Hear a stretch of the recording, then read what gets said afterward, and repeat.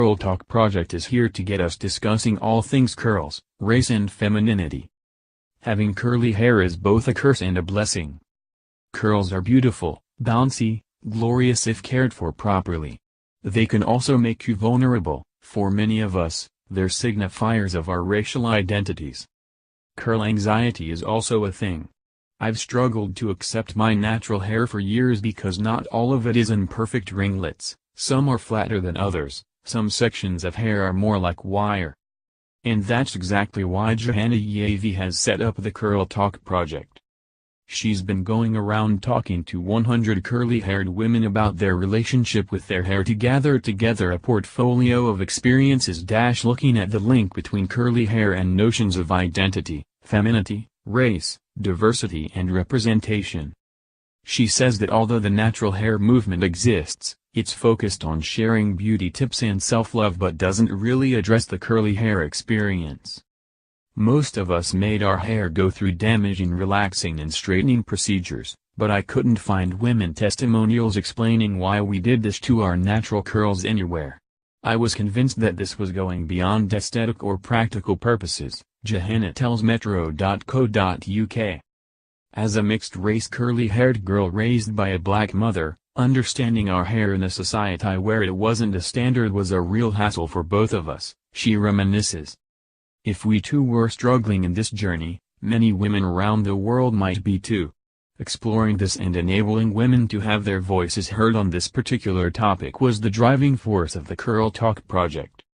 She says that although she made a point of interviewing women who lived or grew up in different countries across Europe, America and the Middle East, she found we all share the same problem, the pressure to straighten our curls.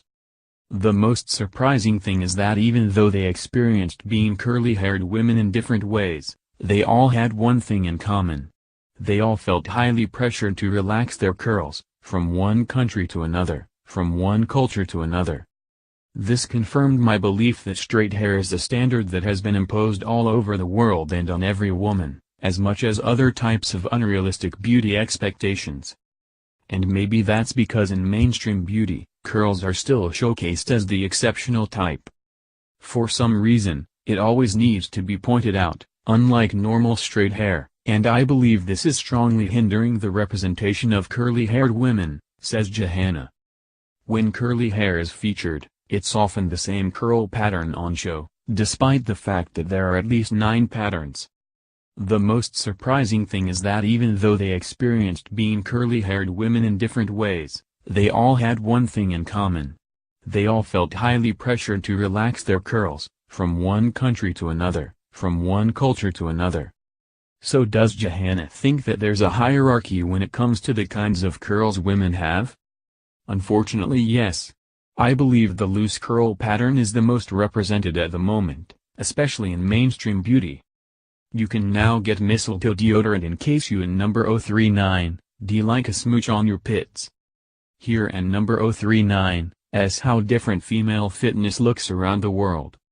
There and number 039, has been a massive rise in the number of women getting their boom holes bleached. There is this idea that the looser the curl the better it looks. Luckily, social media is disrupting everything. Women now have the power to challenge beauty standards and impose their identity and the way they look to the world. It's fantastic to see so many women praise their naturalness and support each other even though society is telling us that there is a limit to what beauty is.